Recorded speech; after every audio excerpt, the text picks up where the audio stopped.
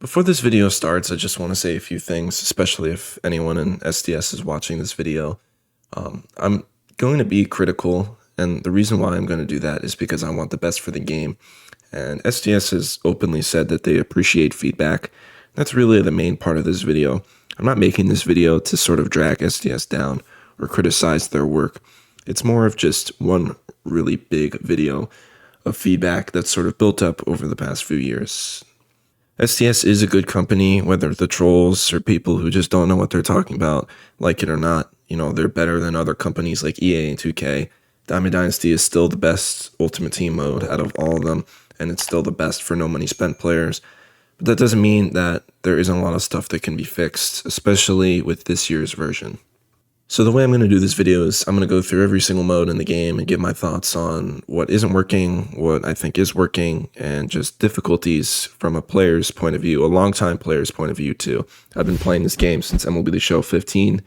I've been on each side of the player view. You know, I've been a really bad player and a casual in the beginning stages to now where I've been like the opposite of a casual. I've been really intense in the game and I've been making YouTube videos.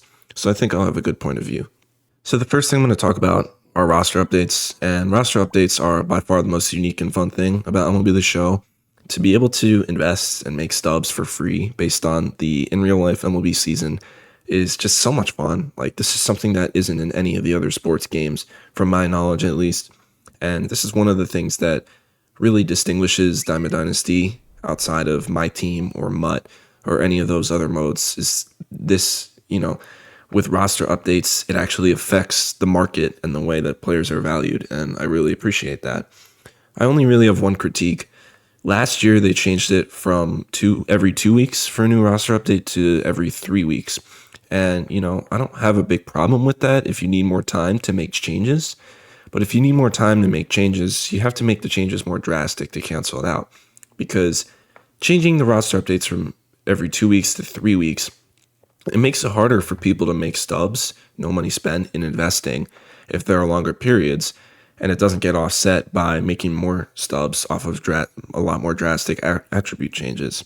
So, for example, if their roster upgrades every 3 weeks instead of 2 weeks, and they provide basically like the same amount of stub making or like player overalls going up, that's a decrease compared to previous years. If you're going to do less roster updates, make it easier for cards to go up and down. Next, I'm going to talk about the XP reward path, and this is another thing that's kind of been one of the better aspects of MLB The Show year in and year out, but it's kind of frustrating this year. You know, it takes forever to get to the end at the 99s, especially if you're a casual player. I'm not a casual player, and I got my bosses at the beginning of Season 3, or not Season 3, Chapter 3 of Season 1. And, like, I understand with the whole power creep, but at what point is it balanced? And that's going to be something that you're going to be hearing a lot from me in this video. Is it better to get these 99s too early and not have a power creep? Or is it better to get these cards too late and then right at the end of the season, they're ineligible for the next season? You know, in the old XP paths, you got the best rewards by grinding the game that you can have forever. And in these XP reward paths, yes, you're getting really good cards like the Jimmy Rollins, the Larry Walker, and the Andy Pettitte. Those are good 99s that are very usable in this stage of the season. But it gets to a point where most players aren't going to be getting them until like 2 weeks before they are ineligible for the next season. So it's just a concern to players. Like, if you're going to be giving like a battle pass type system, that's great. You know, it's completely free to earn cards, but there isn't a very big incentive to play the game and to get XP if you only can use these cards for like a week or two. You know, this reminds me of old inning programs back in MLB 20, 19, yada, yada, yada, where the cards, they would technically expire because they would make a new program after 4 weeks. But the cards were still elite after the program was done because they could be used throughout the entire year. When we had the inning program with Babe Ruth, Larry Walker, and Mariano Rivera. No, it wasn't Babe Ruth. It was someone else. I can't remember. I can't remember the third. But that stacked inning program, the thing with that was we could use those cards all year. So when the next program happened, it didn't matter because we were excited to grind because we could get these insane cards that we could use the rest of the year, and we never had a constraint on it. I think like the whole power creep / seasons has kind of ruined the concept model, and it definitely has for the XP reward path. Team Affinity is another mode that I don't really have that many problems with. Like these are completely free cards that compete with anyone in the game, and you can get by just playing the game. You don't have to spend any money. That'll always make me excited. But there's really one thing that I have to critique Team Affinity. Why is the solo grind harder for some Team Affinities rather than others? Like, if you're going to make it harder if the overalls are higher, like if you're going to add a creep, like if you're going to have the power creep, right, for chapter 1, 2, and 3, and you're going to make it harder for chapter 2 and then even harder for chapter 3, I guess it could make sense, but that's not what happened. It was like decently easy for chapter 1, then extremely easy for chapter 2, and then a lot more difficult for chapter 3. It wasn't a power creep. It was okay, easy, and then difficult. I think that makes no sense, but I generally don't have too many problems with Team Affinity, especially with chapters now. I think having Team Affinity reset every 4 weeks is just really good. Moving on to other programs, I'm just going to say this and one other aspect, which I'll get to later, have single-handedly ruined this game. This is one of the worst aspects of MLB The Show 24's content. So if you go through all these programs as of the day I'm recording this, May 29th, and it's going to go up today as well, 66% of the programs are season awards. 2/3 of all the programs that we've received in this game is season awards. If you exclude these first 3 with the Egg Hunt, Spring Breakout, and Starter, because they came out before season awards even started, if you just exclude those, it goes to 83%. 5 of every 6 programs has been a season awards program. Other programs are the main source of content to do once you're done with Team Affinity, and the new offline stuff to do every week takes like an hour. Like these season awards programs take about an hour to complete. And the cards aren't really that good. And until lately, the pack cards were better than the program cards. The only new offline content, 83% of the time, is something that you can complete in an hour. How can you enjoy a game that you have nothing to do? Like, if you have Team Affinity done, right, what else can you? You can play online and ranked BR events. You can complete those programs. Or you can play offline and you can complete like these other programs. How are we supposed to be passionate about this game and have fun with the game if 83% of the new content, you can just get it done in an hour when it comes out every Friday, and the cards aren't even that good? How is that a sustainable model for a sports video game that's card collecting? This is the most frustrating thing. I mean, I think they could be doing 2 programs every week, not including monthly awards or season awards. It doesn't even have to be like 99s or like insane players. It just has to be something to keep us passionate about the game. Like there's not much to do. It's every Friday you get an extra hour of stuff to do. That's it. Now moving to mini seasons and Conquest, I'm going to put these 2 in the same section. For mini seasons, it was a good addition in MLB The Show 22, but it's also just really stale. Not including the Team Affinity showdowns. Or not showdowns, the Team Affinity mini seasons. Like, are you ever going to do a mini season or a Conquest? I mean, like, there's literally no point in completing a mini season or a Conquest unless it gives you progress to Team Affinity or another program, because we've never had good cards as a reward. I mean, not including the shark map, like, it's not worth getting all those packs, spending 3 hours just to get a couple extra packs and stubs, not including the shark map that we've had in the past. I mean, the best reward I can think of was a 99 Willy Adames last year or the year before for a mini seasons, and he wasn't even really that good at that point in the game. Like a 93 Kennel Graveman. If you're gonna have 2 modes be super prevalent in mini seasons and Conquest, why are there no rewards for us to go do it outside of getting progress towards Team Affinity? Like, there's literally no reason, because the only time SDS has given exclusive rewards for completing these maps and these mini seasons, they haven't been that good. And it's super boring too. Like, why would you play it if it doesn't give you anything? Moving on to Showdown, I don't really have that many problems with Showdown. It's a nice mode that's a refresher for mini seasons in Conquest. I have one thing though, why not make them exclusive for players? It gives you a reason to play it if it's not a program. Like for example, how there's a Conquest map that you complete for a 93 Kendall Graveman. Why not do a Showdown you can complete for a specific card? Showdowns are nice and easy. They're not hard anymore. They don't take that long. It's a refresher from Conquest and mini seasons. Why not do exclusive cards in Showdown? Now we're going to move to the online modes, and this is another one of my biggest gripes, which I'll get into at the end. But let's start with ranked. There are huge problems with ranked seasons, just online modes in general. It is, like I can safely say, it is pointless to make World Series in this game. For Chapter 1, the World Series rewards were 93 overalls that were trash, like a week after Chapter 2 of Season 1 began. You know, you had these 93 Randy Johnson and Ernie Banks, and they phased out a week into Chapter 2. You know, what's the point?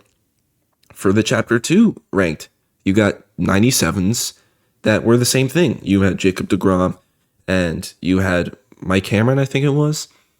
They ended up being useless by the end of the first week of Chapter 3 when everybody had 99s from Team Affinity and everything else. For Chapter 3's ranked seasons, which you can see on my screen, you have these great 99 cards, Jake Arrieta, Jorge Posada, and Prince Fielder. But by the time you typically make World Series, which is 3 weeks, I would say, they're ineligible for the next season. And to cap it all off, you know, you're thinking, well, although these cards might not ever be useful for my ranked team, at least I can sell them. It's not worth all of the grinding because they're worth 30K. Are you really going to spend hours to grind to World Series when you have to win like 10 to 15 games? And that's without losing that many games. If you're not that good at the game, you have to play like 30 games just for 30K stubs. It's pointless to make World Series in this game. You can't make a lot of stubs. The cards are useless with the power creep. And on top of all that, gameplay has been criticized by top players. So there's literally no reason to play a single inning of ranked. Moving on to BR, there's not much different. You know, it's pretty pointless to do the BR program in MLB The Show 24. At least you can make some stubs by selling the henchman or getting some collection progress compared to ranked. But it's still pretty pointless. You know, I'm going to go through each chapter again. Chapter 1, you got 91s that were trash immediately after Chapter 2 started. Chapter 2's rewards, you got 95s that were trash after Chapter 3 started. For example, the Ryan Braun 95 overall. Wow, I completed the BR program. I got a 95 Ryan Braun that I used for a week and a half. And then when Chapter 3 came out, he was instantly replaced with Team Affinity players. For Chapter 3, you have these great 99s in Johnny Cueto and Honus Wagner, but you can only use them for 2 to 3 weeks. Like, what is the point in doing the program and getting Honus Wagner and Johnny Cueto if I can only use them for like 2 weeks? I can't sell them, and I have no reason to even play with them in ranked. You know, at least you can make some stubs in the BR program, but it's just not really much different than the ranked program. And another thing too, you know, you say that SDS says that they changed it from 12-0 to 10-0, which is, you know, whatever. It's a change. But making the 10-win player an 87 plus instead of a 90 plus, if you go 10-1, you have pretty much an 80% chance you're going to make 5,000 stubs. 5,000 stubs for going 10-1 in BR. That is terrible. Like, if you don't want every single one of them to be a 90 plus, that's fine. Add a freaking stub voucher. Give us a 50K stub voucher or something to balance that out. Now we're going to talk about events. Events, like, this is the most repetitive thing ever. They're 3-inning games with barely any difference in teams for mid rewards. You know, at least you can make some stubs if you sell the rewards, or you can get some collection progress for the season collections. But it's just so repetitive. It's literally playing the same thing over and over just for a few stubs or to make progress in the season collection. My overall problem with online modes this year and with previous years, and I think everyone in the community can agree with me on this, It's been the same 3 modes with the same concepts and rewards for the last 8 years. Those of us who have been playing for the past 8 years, like, we're so burnt out. We're so done. Even people who haven't been playing that long are just burnt out and tired of the same 3 modes over and over and over. And it's not going to change unless SDS either significantly changes these modes or adds a new mode. You know, people in the community have been talking about a weekend league for years. Maybe you expand co-op into something. You just got to do something about these online modes. Moving on to collections, starting with Live Series, I like how the MLB collection is the best card in the game by far. Like, this 99 Babe Ruth, at least hitting wise, is by far the best card in the game, and that's how it should be. You know, the MLB collection is probably the hardest thing to do in the game, and the hardest thing to do in the game should give you the best reward in the game, and it does. So credit to SDS for that. But I don't like that the AL and NL collections are 95s. You know, when they revealed it, I was kind of okay with it, just considering the power creep aspect where, you know, it's just, what's the point of the power creep if we have 399s, not including a wild card? But I've changed my mind. I don't like having 95s as the AL and the NL collection. This Rafael Palmeiro and this Pedro Martinez I used for maybe a week before they were phased out in the season. And yeah, I'll be able to use them at the start of season 2 and maybe the start of season 3. But these are cards that I should be using in my lineup every single day. These should be locks for my lineup. Completing the AL and completing the NL is extremely difficult.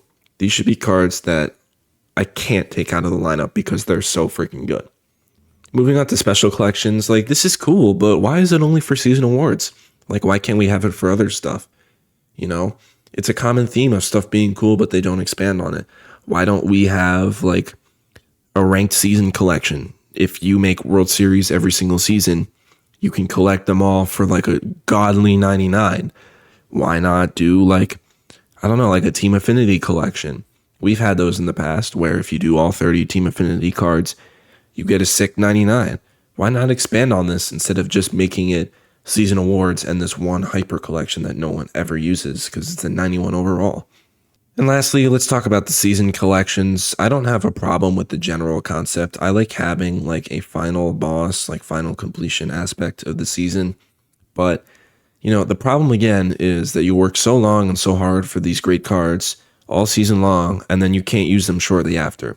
You know, last year with the season collections, at least you got to use those cards for the next season. So if you completed the season collection 2/3 into season 2, you had it for like 2 months because you could play it through all of season 3.